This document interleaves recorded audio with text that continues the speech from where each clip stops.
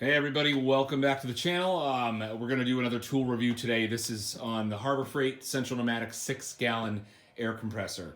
I've had this for a little over a year. I think I bought it in January or February of last year. Actually got it at a local pawn shop, which makes this more interesting. So this is more than a year old, but I've had it for a year. But this is just a 1-year ownership review. I'm going to tell you the things I like about it, the things that I don't like about it, what it's useful for, what it's not useful for.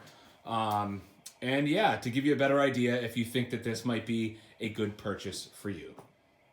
Okay, so this machine retails for, I think, $120, but with a coupon you can get it for $99.99.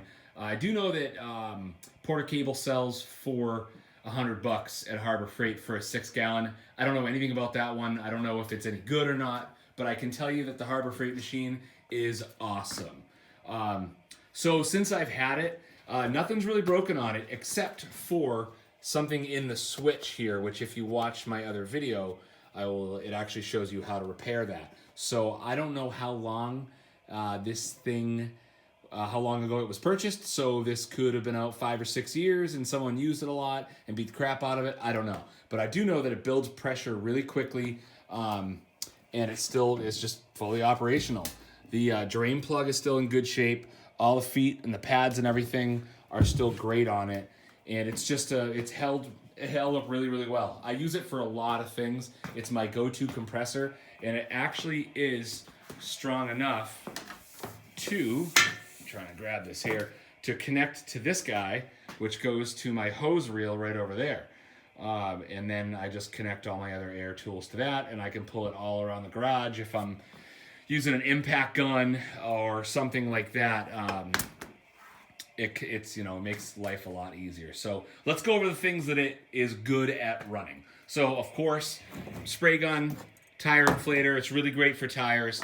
Nail gun does a great job. You can actually fill that tank up and go for a long time if you're just nailing with a small nail gun like that. So if you need to fill it up in the garage, bring it inside and just do some nailing. If you don't want to plug it in inside, it's great for that. And of course, to go along with that, a stapler, which uses a little bit less air, it does really, really well for. As I mentioned before, an impact gun, that's the Harbor Freight 1/2-inch anvil impact gun. That's the cheap one. It's less than $20. It actually does a pretty good job.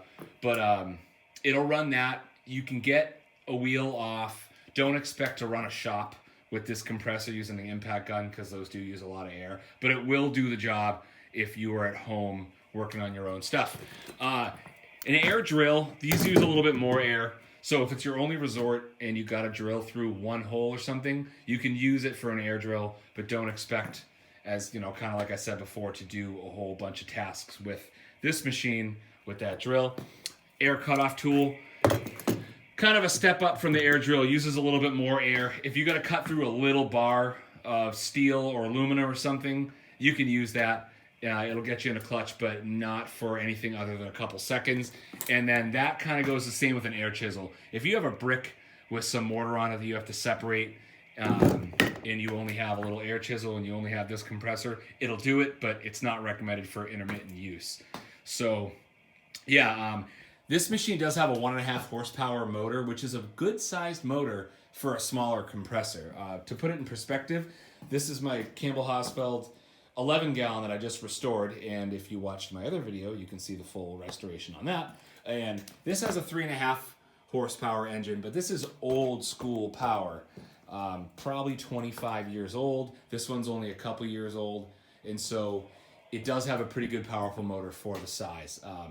But for the year I've had it, everything other than the switch, which was a quick, easy fix, has held up nicely. I really love it, and I will probably never get rid of this compressor because I only paid $40 for it. So if you can find one at a pawn shop or on Facebook Marketplace, scoop it up. As always, thanks for watching, guys. Let me know what you think. If you have this compressor, let me know what you use it for, what you like about it, what you don't like about it. There really isn't anything that I don't like about it. It's lightweight, it's easy to use, and it's compact, and it was cheap. So again, thanks for watching, guys. Like, subscribe. I don't want to work anymore. I'd rather just do this for everybody, but I need more than 30 views a video. So help me out.